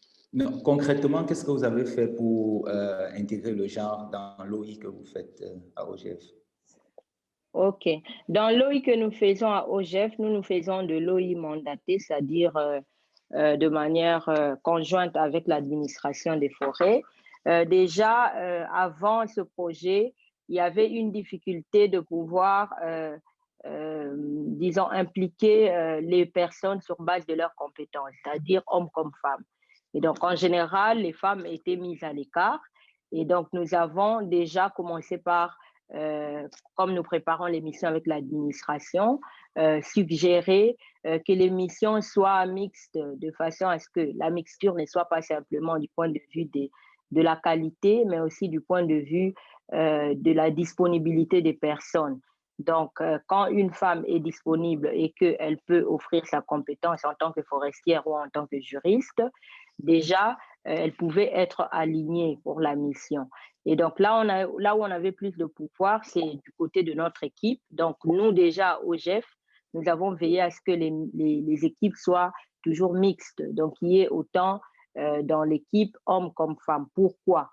Parce que sur terrain, en dehors de la question du suivi de l'exploitation forestière, il y a aussi toute la question du suivi de la mise en œuvre des clauses sociales des communautés locales. Et généralement, au sein d'une communauté, on trouve les différents groupes, autant les groupes marginalisés ou les groupes favorisés. Et pour pouvoir adresser les différentes questions, quand vous avez sélectionné les équipes qui n'ont qu'un seul sexe, en général, ces équipes, ce n'est pas intentionnel, mais naturellement, elles ne se préoccupent pas de pouvoir récolter toute l'information en tenant compte des différents groupes. Donc ça, c'est la grande avancée que nous avons eue, c'est qu'au retour de mission, on savait avoir une vision assez large des différents problèmes par rapport à la mise en œuvre de la clause sociale. Voilà ce que je peux dire à Ariel. Je laisse la parole à Laurence, à Christiane, je laisse la parole à Laurence. Laurence, peut-être une minute, s'il te plaît. Un ou deux éléments de plus-value. Alors, ok, merci Théodile, merci à tous. La différence ou alors la plus-value apportée par le projet CV4 en matière d'OI pour ce qui est de l'intégration du genre, c'est déjà une différence dans la prise en compte ou l'analyse des impacts de l'exploitation forestière illégale sur le genre. Entendez ici non seulement les hommes, mais les femmes, mais également les populations autochtones. De par le passé, l'observation indépendante se focalisait simplement sur les effets de l'exploitation illégale sur la ressource ligneuse sans tenir compte des aspects sociaux, de l'impact social, du ressenti des hommes et des femmes, notamment des communautés dépendantes des forêts par rapport à l'exploitation forestière illégale. Et donc, cette attention spécifique à ces besoins, à ces impacts ressentis par les hommes et les femmes ont permis de nourrir des plaidoyers pour la prise en compte du genre dans les politiques forestières au niveau national. Si je prends l'exemple du Cameroun, le Cameroun s'est engagé il y a quelques années dans le processus de révision de ses grilles de légalité de l'APV FLECT et les observateurs sont d'accord que le genre est une question absente de l'APV et avec l'appui du projet, les capacités qui avaient été renforcées, il y a une question spécifique sur la prise en compte du genre dans les indicateurs, par exemple, des grilles de l'égalité de l'APV FLECT. C'est vrai que c'est une question qui est encore débattue entre les différents acteurs, compte tenu, bien entendu, des difficultés de compréhension même de la notion du genre et des enjeux. Mais au moins, aujourd'hui, on ne documente plus l'illégalité pour l'illégalité sur la ressource, mais on prend également en compte les aspects d'impact sociaux de l'activité forestière illégale. Donc, voilà un petit élément de plus-value, mais également, si je reviens à ce que Higuera a dit tantôt, le fait d'avoir des équipes d'observation indépendante, parce que dans certains contextes, l'observation indépendante était perçue comme une activité purement masculine, je n'exagère pas, et dans toute la chaîne de déroulement de l'observation indépendante, on observait une forte présence des hommes. Donc, l'intégration des femmes dans les équipes aujourd'hui permet également d'accorder une plus grande attention à ces besoins spécifiques aux femmes par rapport à la gestion durable des forêts. Merci, Laurence. Voilà ce que je peux dire. Merci infiniment, Laurence. On a bien compris que la question du genre n'est plus une question accessoire en termes de suivi des ressources naturelles. Merci beaucoup. Là, tout de suite, nous allons passer à quelqu'un qui va aussi, de manière indirecte, parler du genre, mais qui sera à un niveau supérieur et qui parlera de planification stratégique. Olivier Meillet-Aubien travaille à Brent Forest, où il est juriste, et il va partager l'expérience de son organisation au cours des 4 dernières années. Olivier, tu as la parole. Et merci Théodile. Vous m'entendez là? Très bien, merci. Ok. Bonjour à tout le monde. Je vais vous entretenir sur la planification stratégique, c'est-à-dire passer du plan à l'action. Ok. Notre plan s'articule, notre présentation s'articule autour de 3 points. D'abord, les raisons qui ont poussé Brent Forest à se lancer sur un changement de document stratégique. Nous avons ensuite les avantages et difficultés liés à ce processus. Et bien entendu, nous allons émettre quelques idées pour améliorer le processus de planification stratégique. Pour ce qui est des raisons, nous dirons que Brent Forest avait déjà fait un constat sur l'obsolescence de certains de ces textes et cela s'exprimait par le besoin Brent Forest avait déjà fait, n'est-ce pas, un constat sur l'obsolescence de ces textes et cela a été réaffirmé, n'est-ce pas, à la suite de l'audit qui avait été fait au lancement du projet. Et bien entendu, ce projet a donc offert l'opportunité à Brent Forest de revoir tous ces documents de base. Et pour ce qui est du travail qui a été effectué, il a été fait essentiellement en 4 temps. Nous avons d'abord l'évaluation de l'existant. Comme je l'ai dit tantôt, l'organisation disposait déjà d'un certain nombre de documents, mais qui n'étaient pas mis en œuvre, car ils ne cadraient plus avec la réalité de l'organisation et ses ambitions. Et c'était pour la plupart des documents, ces documents ne cadraient plus avec cette vision et ses ambitions, parce que ceux qui les avaient élaborés ne faisaient plus partie de la boîte. Et donc, ils n'ont pas eu la possibilité d'en transmettre l'essence à tout le reste du personnel. Et donc, l'évaluation qui a été faite a permis de mettre en évidence des manquements ou un fossé entre ces documents et le fonctionnement au quotidien de l'organisation. Ensuite, il y a eu la relecture des documents de base. Il s'agit ici des statuts et règlements intérieurs de Brent Forest, ainsi que son manuel de procédure. Et il convient de signaler ici que ce travail a été étendu à la plateforme Gabon Mater Mon Droit, qui est une plateforme qui regroupe 20 organisations. Et pour ce qui est de l'élaboration de nouveaux documents pertinents au fonctionnement et à la vision de Brent Forest et de Gabon Mater Mon Droit, il s'est agi ici d'élaborer, n'est-ce pas, la politique de genre et la stratégie de genre pour ce qui est de Brent Forest. Et au niveau de la plateforme Gabon Mater Mon Droit, vous pouvez revenir s'il vous plaît. Au niveau de la plateforme Gabon Mater Mon Droit, c'est le code de bonne conduite qui a été élaboré. Et nous sommes Nous sommes par la suite passés à la rédaction des documents, qui est un travail qui s'est fait par petit comité et qui a impliqué tout le personnel de Brain Forest pour, n'est-ce pas, susciter leur appropriation dans ces documents. Concernant la description des outils d'opérationnalisation, nous dirons que 5 outils ont été conçus dans ce travail. Il y a d'abord le plan stratégique lui-même qui traduit la vision de l'organisation et qui définit ici 4 axes stratégiques vers lesquels l'organisation entend travailler et rechercher des financements pour leur mise en œuvre.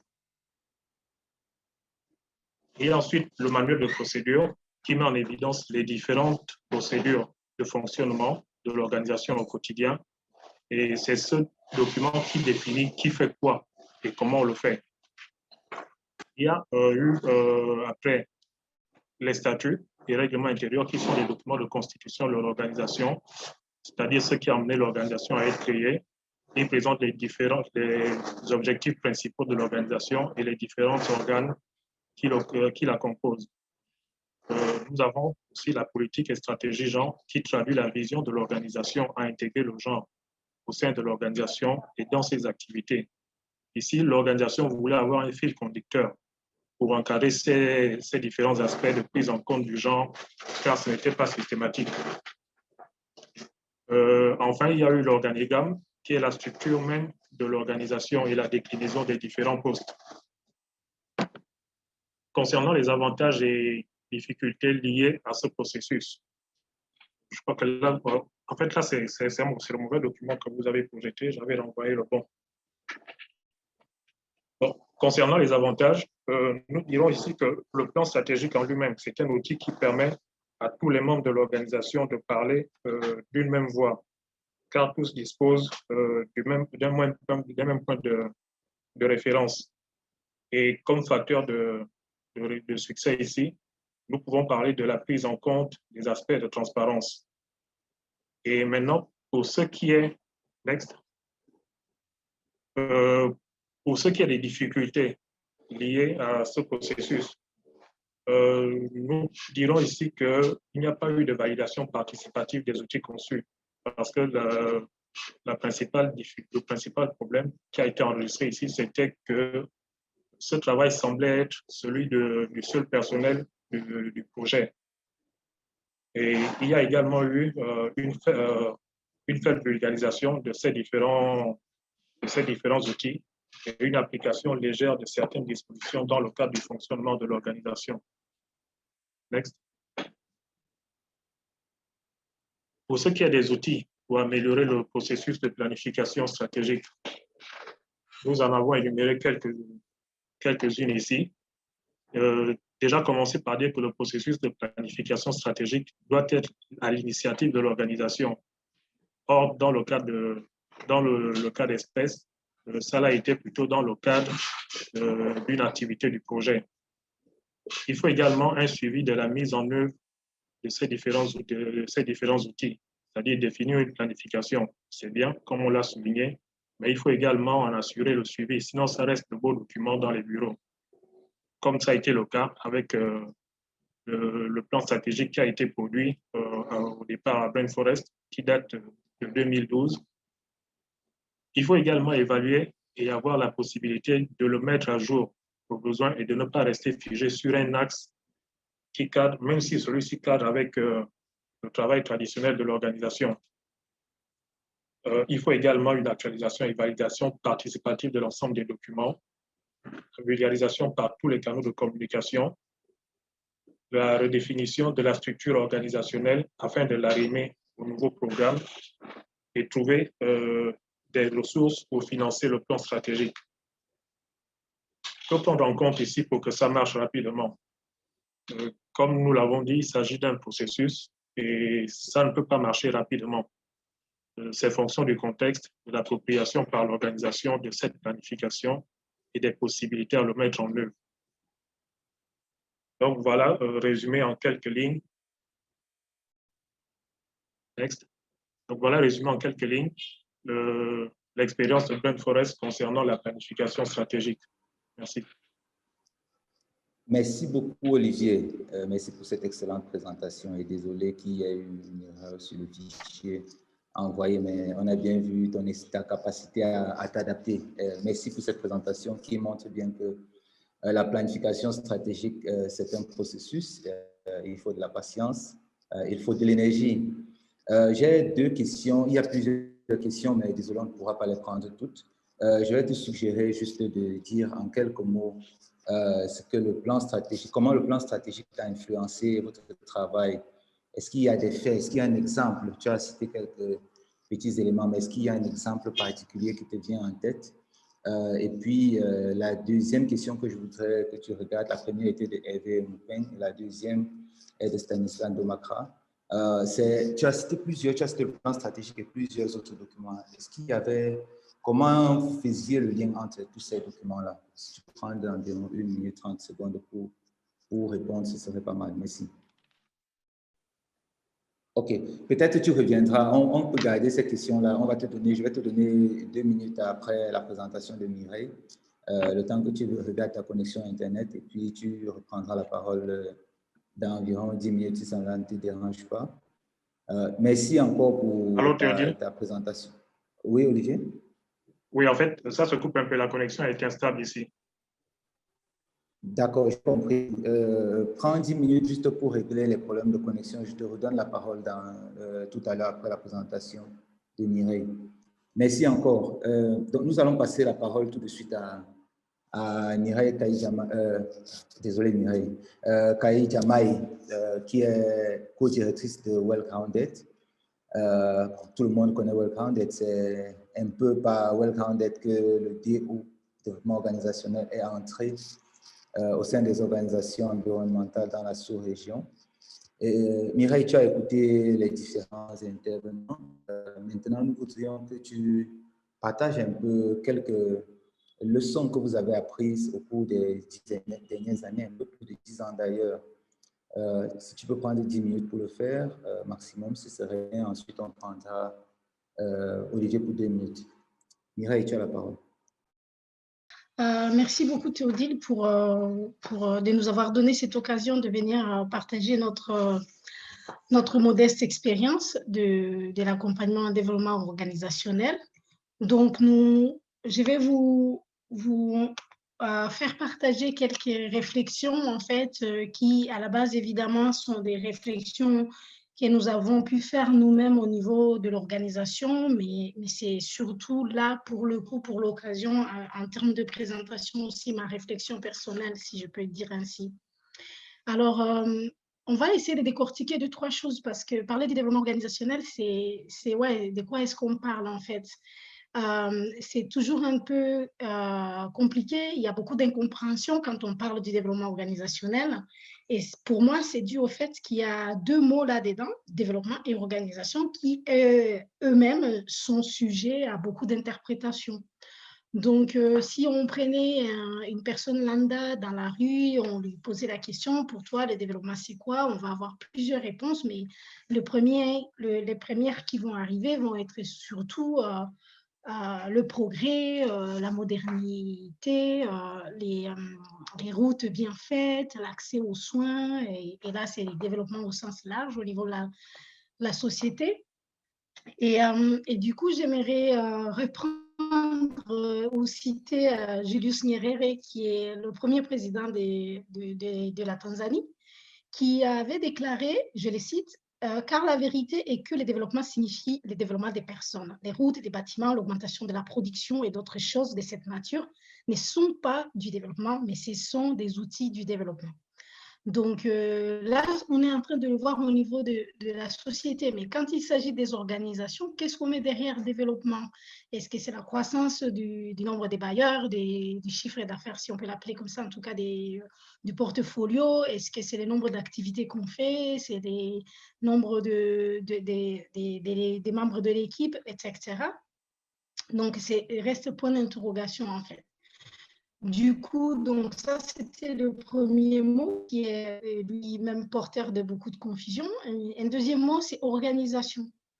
Nous avons tendance à penser que organisation, souvent quand on parle d'organisation, qu'on parle mais justement des entités qui ont des reconnaissances juridiques, qui ont des infrastructures conséquentes, qui ont des équipes bien structurées et reconnues ou connues ou organisées. Mais en fait, c'est plus subtil que ça parce que les organisations sont avant tout des groupements, des femmes et d'hommes qui se sont mis ensemble pour réaliser quelque chose ensemble, avec la complexité du fait que chacun de ces hommes et ces femmes a aussi un intérêt particulier. Pourquoi il fait ça? On a tous différents intérêts. Je ne parle pas là d'intérêts financiers ou autre chose, mais pourquoi on s'engage sur une cause, pas une autre? Même quand on se retrouve au sein d'une même organisation, on peut avoir des intérêts différents dans différents domaines de l'organisation, etc. Et donc, du coup, combiner ça, ça crée un peu cette confusion, et le développement organisationnel se heurte donc à ce premier mur d'incompréhension et ça entraîne un dilemme pour savoir par où commencer en fait quand on veut faire le développement organisationnel. Et à cela va s'ajouter des terminologies comme renforcement des capacités, formation, coaching, mentoring. Au tout début de ces webinaires, à l'ouverture, j'oublie les noms de la présentatrice qui parlait justement en disant ben non, mais ce n'est pas que des formations, quoi. On ne parle pas de ça. Donc, toute cette panoplie vient compléter, enrichir ou déformer finalement qu'est-ce qu'on peut mettre derrière le développement organisationnel. Mais finalement, de quoi est-ce qu'on parle vraiment? La lecture que je vais vous proposer du développement organisationnel, c'est simplement celui d'un voyage pour un changement, pour pouvoir s'adapter aux enjeux de l'organisation que l'organisation veut influencer. C'est simplement cette lecture que je vais proposer, donc du coup, qui va permettre de faire un passage d'un état ou d'une situation vers une autre, meilleure, souhaitée, et voilà. Et en fonction des intensités et des envies des acteurs et des actrices qui sont dans ce processus, ça va passer au simple changement ou à la transformation ou à la mutation, voire même à la métamorphose. C'est qu'on peut le voir avec ces petites chenilles qui deviennent un papillon. Donc, selon différents niveaux et états d'une organisation, envie de changement, eh bien, ça va prendre une forme ou une autre, en fait. Et du coup, pourquoi les développements organisationnels est finalement indispensable? Alors, je vais citer Charles Darwin qui dit ce n'est pas la plus forte ni la plus intelligente des espèces qui survivra, mais celle qui sera la plus apte à s'adapter. Évidemment, Charles Darwin, je pense qu'il parlait plus des êtres vivants que nous avons dans notre écosystème, mais en fait, est-ce que les organisations ne font pas partie de cet écosystème des êtres vivants? Si on se dit que les organisations sont avant tout composées des femmes et des hommes qui la composent, est-ce que ce n'est pas aussi quelque chose comme ça? Nous avons beaucoup parlé là avec les 2 ou 3 interventions précédentes sur la place de l'humain dans nos organisations. Nous savons que les organisations ont un rôle très important à jouer dans la société. C'est elles qui canalisent les synergies, les énergies, les envies d'action, les rages et les colères que les gens ils ont pour transformer profondément la société. Donc, elles jouent un rôle clé, en fait. Sans les organisations, qu'est-ce qui va se passer dans nos vies, dans nos sociétés? Les évolutions sont très permanentes. On revient toujours sur pourquoi c'est indispensable, finalement, le développement des organisations.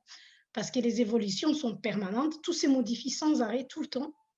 Et suivre et s'adapter au changement devient dès lors une nécessité. Ce n'est même pas un choix, en fait. Celui qui ne s'adapte pas, comme le dit Charles Darwin, il va disparaître. Et pour finir, du coup, cette réflexion sur cette partie-là, c'est aussi un petit challenge en se disant est-ce que c'est les bons moments de commencer ce processus ou quoi, mais c'est surtout quand ça va bien qu'il faut oser changer. Parce que quand ça va mal, par exemple, qu'une organisation est gangrénée par des luttes intestines ou des conflits ou quoi, ben oui, les changements à mettre en place deviennent difficiles à cause des résistances justement à ça et les égos qui prennent de la place. C'est quand ça va bien, qu'on est sur la même longueur d'onde, qu'il faut oser se dire, allez, changeons quelque chose en fait. Du coup, et là, je reviens du coup sur nos retours d'expérience aussi en particulier. Du coup, c'est quoi les facteurs déterminants d'un processus de développement organisationnel? Alors, il peut y en avoir plusieurs, mais j'ai tiré les 4 les plus importantes pour nous, en tout cas. c'est l'origine et la motivation de la demande. Quand une organisation veut commencer un processus de développement organisationnel, d'où vient la demande et la motivation, elle est laquelle en fait?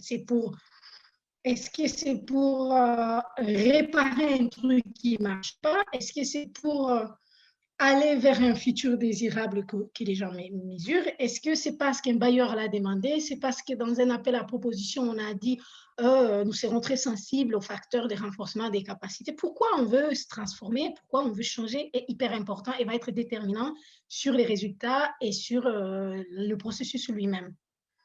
Et le deuxième facteur, alors, c'est l'investissement, mais l'investissement des parties prenantes qui veulent ces changements. Et là, je vois beaucoup plus les acteurs même de ces changements. Combien de temps, d'énergie et quelques euros ou dollars ils ont envie vraiment d'y mettre, d'y consacrer pour pouvoir faire ce travail-là.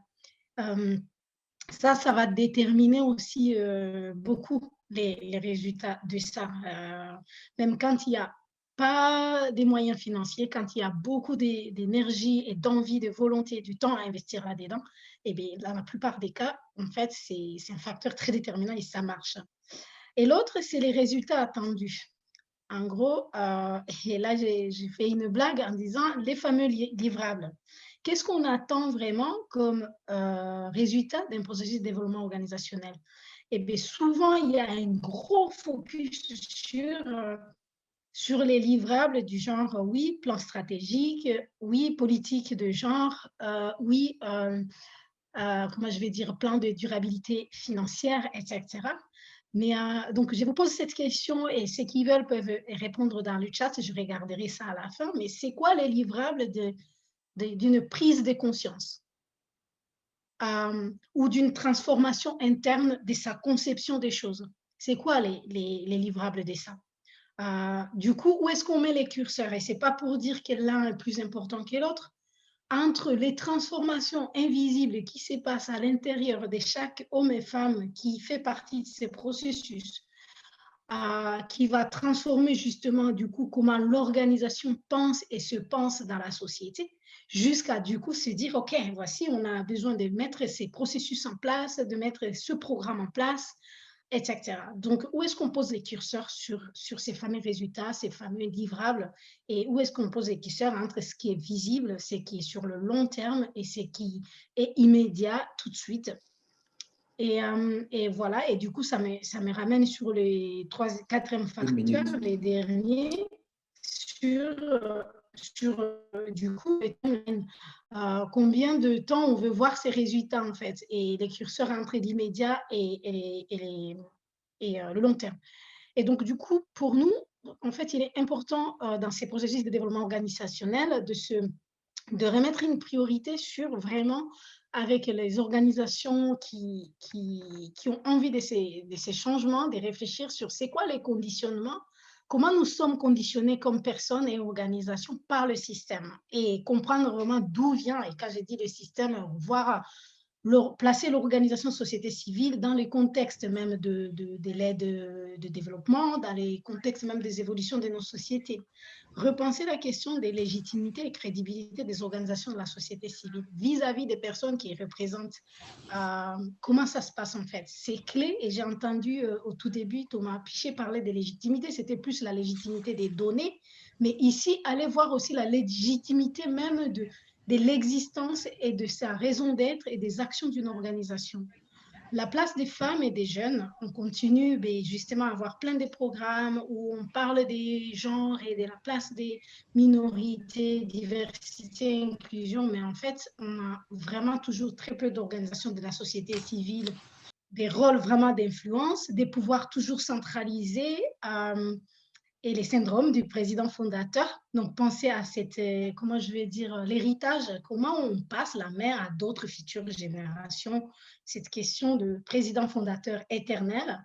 Et j'ai dit président fondateur, je n'ai pas dit vraiment présidente, parce qu'il y en a très, très peu des présidentes fondatrices éternelles. Voilà, de prendre en compte que les changements commencent par nous-mêmes. Si on veut transformer la société, sur les questions de justice sociale et environnementale, comment on les prend en compte dans nos organisations, qui sont nos premiers espaces et tout. Et puis, voilà, de poser un curseur sur des vraies collaborations et des vraies synergies. Pourquoi on se met ensemble? Est-ce que c'est... Et Amélie, tu as bien parlé de qui peut être le premier pas des organisations qui sont encore petites pour qu'elles soient crédibles. Oui, de prendre place à des collaborations, mais j'espère pas que pour se dire on va y avoir de financement, pour se dire déjà on va apprendre ensemble, on va être fort ensemble, on va faire des choses ensemble. Et voilà, on va pouvoir avancer ensemble. Donc, voilà, pour parler de nos retours d'expérience en développement organisationnel, ce que je peux vous dire. Et je vous remercie toutes et tous pour votre attention. Et merci, Théo.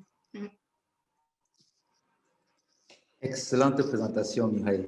Vraiment, j'ai l'impression qu'avec toi, nous avons fait le tour de la question. Tu as plus ou moins résumé les principales leçons que nous aurions souhaité voir tirées de notre expérience dans CV4C, mais aussi de manière plus générale du développement organisationnel. Il y a quelques questions dans le chat, mais la plupart, ou bien certaines d'entre elles ont été répondues par ta présentation. Je vois que nous avons encore 5 minutes. Je ne vais pas, désolé, je ne vais pas pouvoir prendre des questions. Donc, si Mireille peut tenter d'y répondre dans le chat, ce serait pas mal. Olivier, tu peux me dire la plus importante, Théo, pour que j'y réponde, parce que je ne vois pas si c'est dans question-réponse ou discussion, je ne vois pas laquelle. C'est dans question-réponse, Mireille. Je vais donner, pour faire justice à Olivier, 1 minute, simplement pour répondre à l'une des questions qui ont été posées tout à l'heure. Ensuite, nous allons conclure cet atelier. J'imagine qu'après, si Edith, il y aura besoin d'environ 1 minute pour nous annoncer les prochaines étapes. Donc, Olivier, si tu veux bien prendre 1 minute pour répondre à la question, peut-être donner un exemple de changement réel survenu à la suite de votre processus de planification stratégique. Et je pense que cette question-là peut aussi répondre à certaines des questions sur comment on évalue le travail de développement organisationnel, question qui a été posée à Mireille. Bon, je dirais qu'à la suite de l'élaboration de la planification stratégique, nous avons répondu, n'est-ce pas, à certains appels à propositions que nous avons pu obtenir. Donc, étant donné que ce plan stratégique définissait déjà certains axes de travail sur lesquels l'organisation doit désormais s'arrimer, donc nous nous assurons que tout ce que nous faisons actuellement cadre avec les axes qui ont été définis dans cette planification stratégique. Je ne sais pas si ça répond un peu à la question. Excellent. On comprend que ça vous a aidé à bien cadrer votre travail. Merci beaucoup, Olivier. Merci à tous les panélistes. Moi, j'ai pris plein de notes. J'avoue que j'ai pris beaucoup de plaisir à faciliter ces échanges. Malheureusement, nous ne disposons pas de beaucoup de temps et donc j'aurais souhaité qu'on ait plus d'échanges. Mais si vous voulez bien, je vais juste relever 6 éléments qui ont été suggérés. Le premier, c'est qu'il faut commencer par un bon diagnostic, s'entendre sur ce que l'on veut. Le deuxième élément, c'est que le DO, c'est un processus, et non des actions, et non une action. Troisième élément, aspect multidimensionnel, multiniveau. J'ai vu qu'il faut du courage. C'est ce qu'on a bien compris de l'exposé sur le genre. Il faut que ce soit participatif. Enfin, on a vu, et j'ai bien aimé ce point par Mireille, on place l'humain au centre. Il ne faut pas confondre des actions, des outils du développement au développement. Il ne faut pas confondre, et ça, cette citation de Julius Nyerere peut s'appliquer au développement organisationnel. Donc, merci infiniment à tous. Selon ma compréhension, CIDT compilera ce qui a été proposé, tout ce qui a été proposé par les panélistes, mais aussi les commentaires qui ont été faits dans le chat. J'en ai vu certains tout à l'heure dans les questions et réponses. Donc, merci pour vos contributions. Je vais passer la parole à Aurélien. S'il te plaît, Aurélien, si tu peux dire un mot sur les prochaines étapes, parce que ça, c'était juste le premier webinaire sur 5. Over to you. Okay, yeah, so thank you very much, Theodile, for excellent moderation, and thank you as well to all the panelists. and to say it was great to share the lessons from your work, and really to say, look, here's the program for the week. It's an exciting program. Tomorrow we will focus on independent forest monitoring, and to share lessons and perspectives with yourselves. So thank you so much again for your time today, and please do join us again tomorrow if you have signed up for the session tomorrow.